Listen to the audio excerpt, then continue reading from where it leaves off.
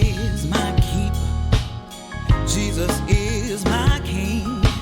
Wonderful counselor. He's the Prince of Peace. Come on, get ready for the greater love experience. Oh, get ready for the greater love experience. All right, quick. That all right? Amen. Amen. Amen. All right now. Come on, Pastor. Like the river. All right, Pastor.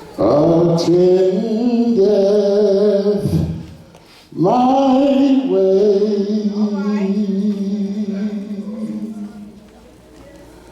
When sorrows like sea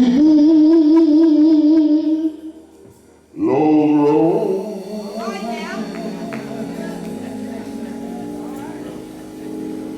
Whatever my life, thou hast taught me to say. Here's where I was trying to get to.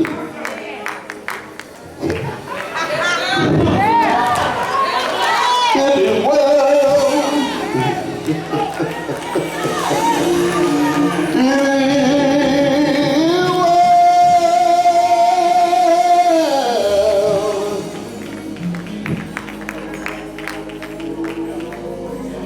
with my soul. I did say just one verse, so let me do the chorus. It is well.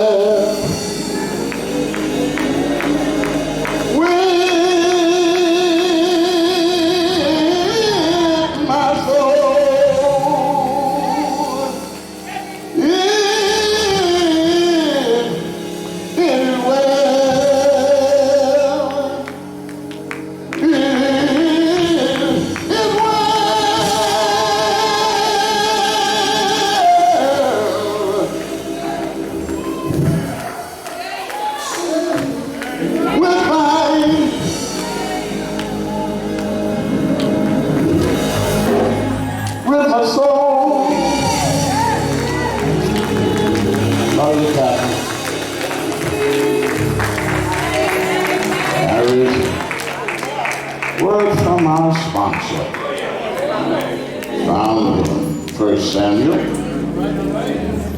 chapter 1, and verse 24. I want to offer these words.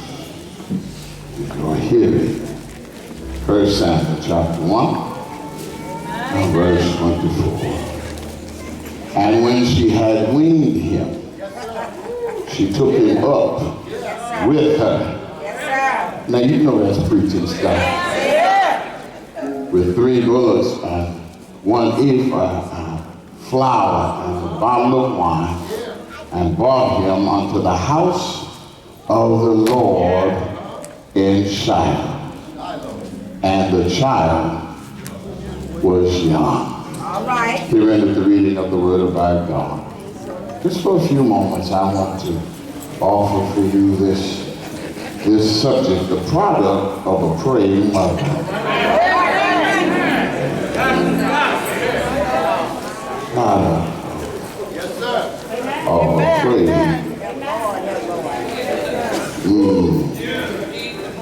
Of a praying mother.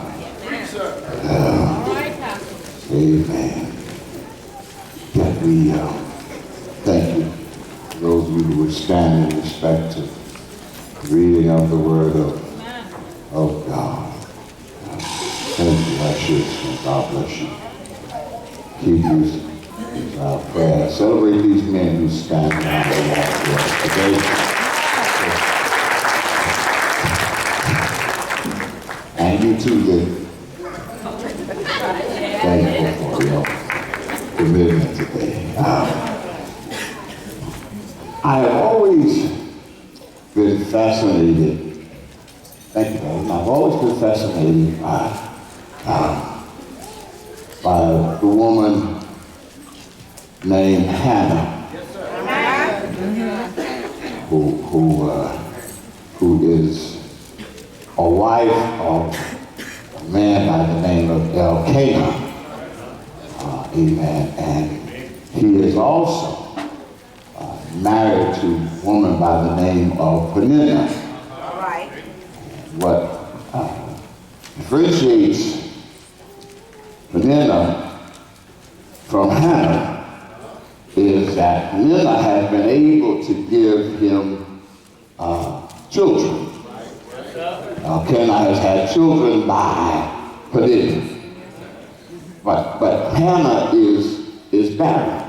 All right. All right. And she is barren prior to the prior text that we read for you, because the word says that the Lord had, amen, permitted it to be so.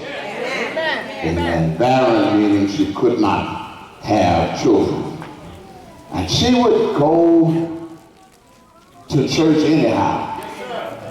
And I think that when things are not the way you want them to be, that you still ought to go to church anyhow. I think y'all might wait for weddings and funerals to show up in the house of prayer. And she was a praying woman and showed up at the house of prayer because she had an issue she wanted to share with the Lord. Her issue with the Lord was, I don't have children, and I have to deal with Peninnah having such a bad attitude, holding it over my head and bringing it up all the time. Now I know y'all don't know anybody who qualifies as an antagonist, do you? People who always look at your shortcomings and try to magnify them and rub it in at the same time. You don't know anybody like that. Don't look, because they might be looking at you too. But she has made it her point, amen, to rub in the face of Hannah that I have children and you don't. Amen. So there must be a more special bond, amen, to this man with me than it is to you. And I'm going to tell you there's nothing more terrifying than two women fighting over one man.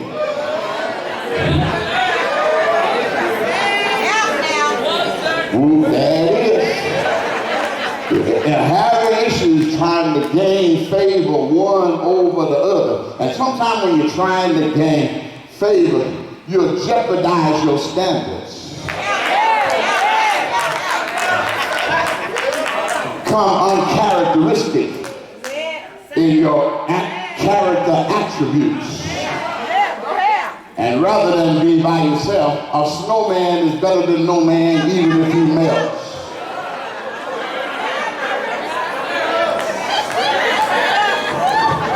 People are hanging out in difficult situations because they took a snowman rather than no man. Wondering why he is not what he could be, and why he is not what he should be. Well, Hannah keeps on praying. I was looking for about 3 more mothers to say amen right there. I said, and Hannah just keeps on praying. There you go. You don't keep. When I say something, you say something back. She has prayed consistently, and it perhaps does not look like God is entertaining her prayers. Anybody know that they got weight on him? Does anybody know that sometimes tribulation works with patience? That stuff got to get on your nerves before you can get where you need to be? I wish 3 people would wave at me. Sometimes things have to get rough, ragged, and ugly before you really acknowledge that it ain't your skill, but it was God's mercy. That it ain't your knowledge, but it was God's grace. That it was God who brought us where we are. And sometimes He has to leave us somewhere in a place where we're uncomfortable until we get the message. See, I see some moms even back there. I see them shaking their head. Yeah, I've been in that place. And sometimes it feels like you've been in the storm too long, doesn't it? Sometimes it looks like the weather ain't gonna change soon. You can't even see the sun peeking through the clouds. It's dim and dark and dismal and dreary and cold and seemingly all by yourself, but you keep on praying. I wish I had many people in here that know what it's like to just keep on praying. Anyhow, even when the odds don't look like they're in your favor, but it looks like you ain't gonna get out of your dilemma, but you pray anyhow because you're not trusting you, you're trusting in God. Since I'm trying to do this thing in a hurry today, can I find 3 people to tell somebody I trust in God? I don't know how you feel about it, but I trust in God. I got some products that say I trust in God. I ain't just been wasting my time spinning my wheel. I don't get dressed up on Sunday for nothing. I got a God who's able to do. I didn't just show up here today. I trust God who's able to do all things well. And because he does all things well, it's well with my soul. May not be well with my partners. May not be well with my critics. May not be well with my haters. But it's well with my soul. I can look at myself in the mirror. I can walk with my head up in the air and know that I gave God the best I had, and I'll wait till my change comes.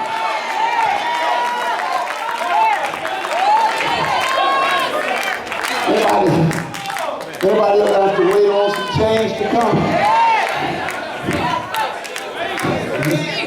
Anybody waiting right now? Everybody going through a season less desirable, but you're waiting for you. And you know it ain't your power that's going to bring the change. And you listening to Big Mama's words reverberating in your ear right now when she says strange stuff like, he may not come when you want. I sure would like to get 2 people to tell somebody next to him he's an on-time God. Can you tell somebody else he's never too late? I think somebody on the other side tell him he's never too busy.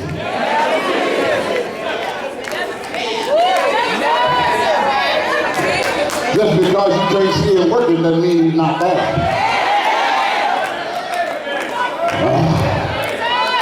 Goodness. Let me say this. Amen. I had a long time of being criticized by another woman in her man's life.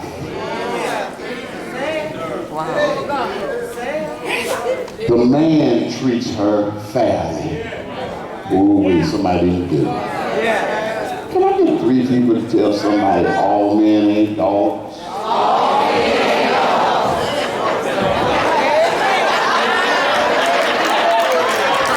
And then some of y'all say, most of them I'm going to put you out of here.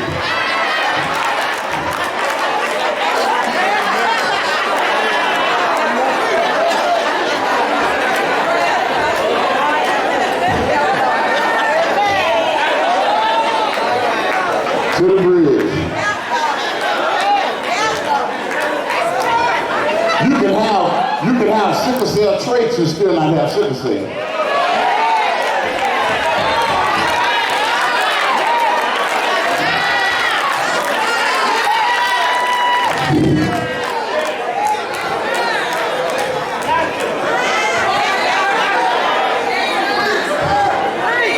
To the bridge.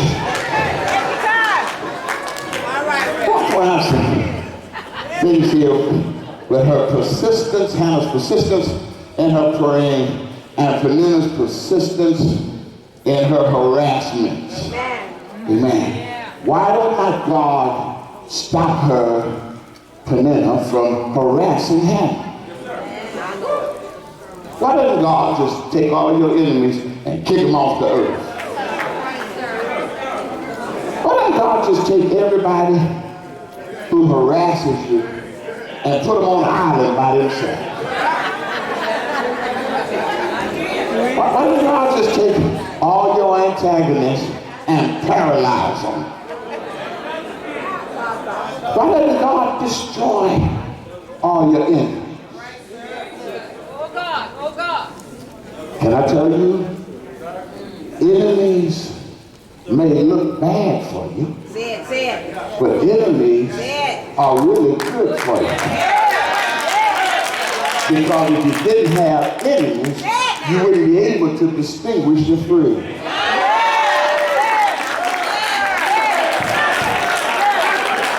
I wish 3 people over here would wave at me. I said, you want to know who your friends are. And you also want to know who your enemies are. But can I tell you something strange in this metamorphosis called Christianity and becoming a new creation? Sometimes in the middle of the night, your old friend becomes your new enemy, and your new enemy may become your old friend. You're not hearing me, are you? That strange metamorphosis called Christianity and becoming requires that everybody who is on your level may tolerate you in this season, but if you're continuing to grow, you may lose some people on the way to your potential. And the problem with some of us is when we go back to get these folks, we stay where they are instead of bringing them to where you are. So don't go back and stay back. As a matter of fact, don't go back unless you can handle where you're going. Because there are some things in our lives are still becoming. There are some things that's necessary for you to put the red flag up, stay away from it, because you know you'll digress. And I think I'll say again today what I said for many Sundays. I need God because I'm scared of me. You're not scared of you? Okay, let me ask you this. Have you ever been embarrassed by your own actions? You're scared of you. Have you ever done some things and got home and said, you know, I shouldn't have done that? You ought to be scared of you. Have you ever done some things and you said, I'll never get over that situation? Well, you ought to be scared of you. Because the you and you is subject to anything to you. And it's subject to anything to anybody else. But all I'm saying is that Hannah was persistent in her prayer, because if anything was going to change her situation, it was prayer. And sometimes you don't pray and your situation changes automatically. Sometimes you pray and you change and you can deal with your situation. I wish I had somebody. Sometimes prayer makes you and molds you and develops you and helps you become what you ought to become. But if you didn't have that antagonist, you wouldn't even pray.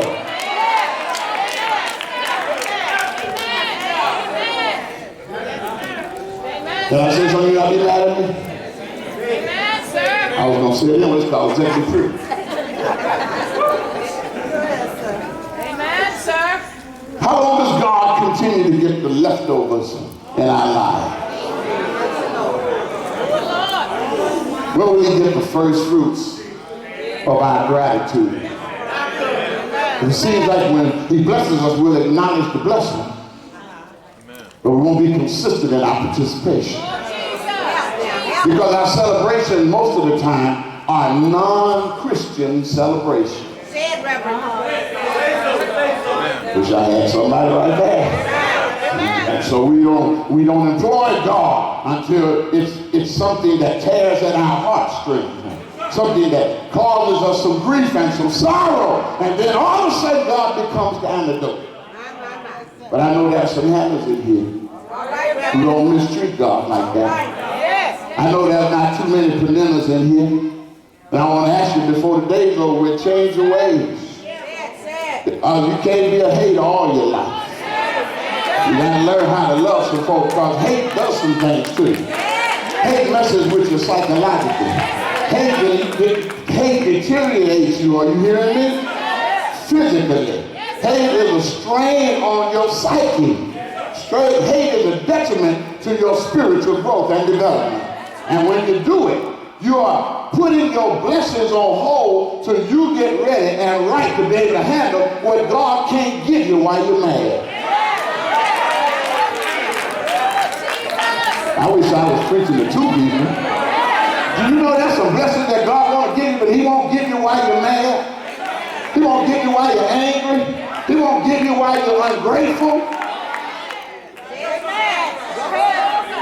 Can I help y'all? Come here. Let me invite y'all into a pastoral conversation I had that day. The story is true, but the name's changed to protect the innocent.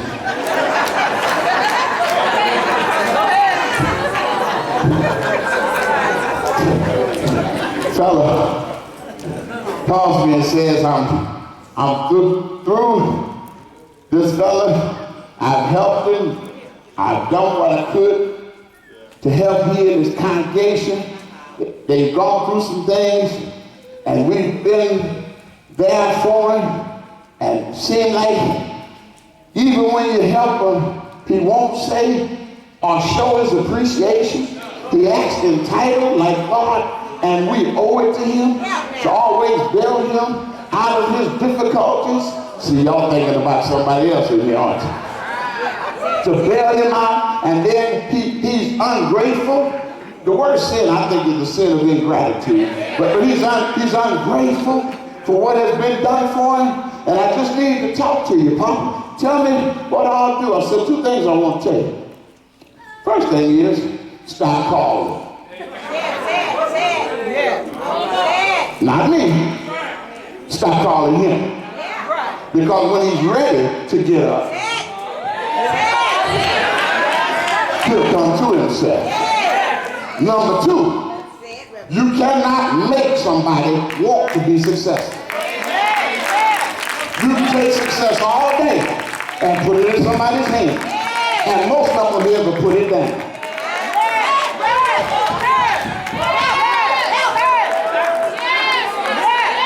Our responsibility as parents are to put our children in a position to succeed. Take them, nurture them, and place them in a position that when they leave the house, that they can succeed in life because they have life skills that have been afforded to them by their parents.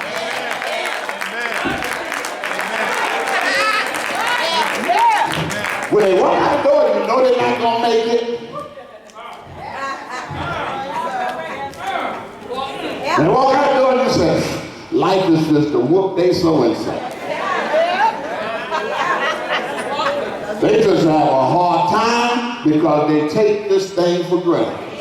They're entitled and everybody owes them something. Now, that may be a qualified assessment of the situation, but let's go back and find out what kind of mama she was at the beginning. Because you can't expect success at the end if you don't sacrifice at the beginning. I wish I had 3 people to wave at me. We want doctors and we want scientists and we want astronauts and all this stuff, and we invest 2 cents in their growing up.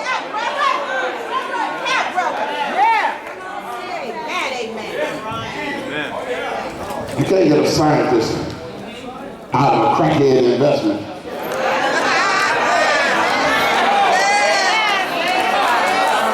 And if you do, it's more of a blessing than we really deserve.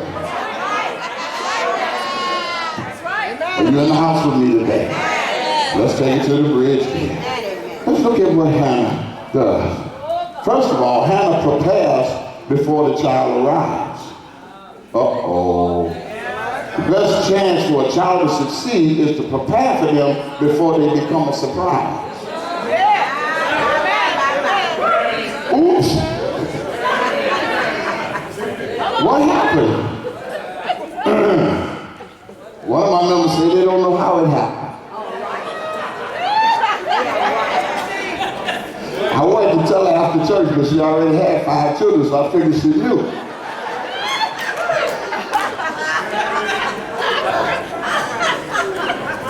To prepare prior to. I want to get married, want to get education, want to establish some things, and then I want to have a baby. Now, oops. Now what am I going to do? Because ain't no sense of going, no. Because I done what I done, and the promise that was made that night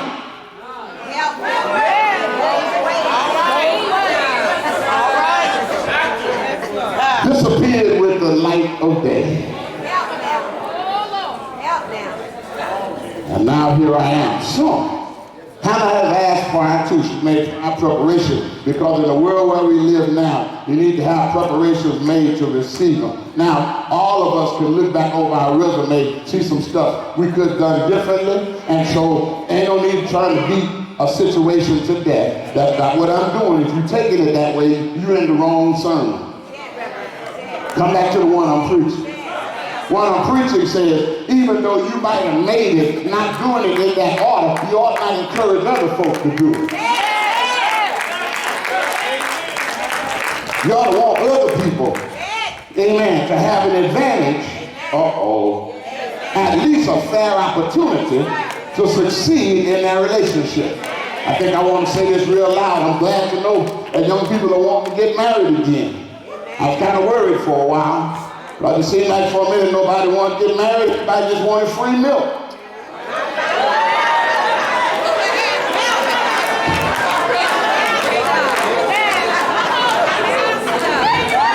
Hannah has made a request unto God. Not because Peninnah has been critical, but because she wants to do what she knows she can do well. And she knows that with God, all things are possible. Are you with me today? So she prays to God. Any mothers in here pray to God? Amen. Did you pray prior to? Did you pray during your turn? Did you pray? Anybody? I'm talking. Did anybody in here? Are you still praying? Do you still pray when they're out of your sight? Do you?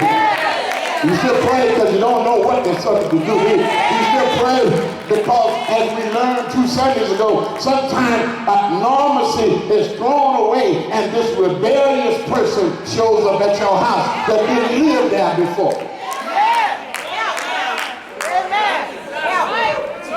And I said about this little boy sitting over here who's committed his life to the Lord, and I said, what a blessing he is and going to be. That's Eric. Stand up, man, so they can see. And I said, what a blessing it is to love the Lord and be as gifted as he is right now before life beats him up. Somebody didn't get it. Before life beats him up. Sometimes when we fail, like some of us who have failed as parents in some respects, sometimes we fail, we don't want our children to do better than we've done. Because it reminds us of our mistakes. It reminds us of our fault. But not Hannah. You can dog Hannah all you want. Hannah had vision that said, God is going to take care of me. And I know some folks who were promised some things and it wasn't delivered on. And you didn't know how you were going to make it, but you knew God was going to make a way. And you saw him make a way out. I wish I had 3 people. And you knew he was going to make a way out of no way. In spite of your situation, God was going to come through. You know, can I ask somebody in here, will he come through for you? Are y'all following me so far? All right, because I'm just about at the bridge. Something that interests me in the text, it says, and when she had weaned him. Ooh, wee. Yes, sir. Do you see the metaphor? Do you see the symbolism? You can't keep. I wish these babies would just go outside for a minute because I'd sure tell y'all something.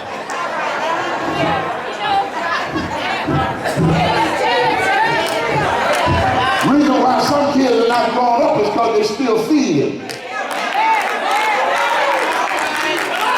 You got to learn to wean them. They're too attached to you to learn how to stand up on their own. Am I talking to anybody? You got to learn when it's time for them to mature from milk to baby food, to regular food, to eventually some steak. But if they're living pablum lives, they're going to be pablum in society.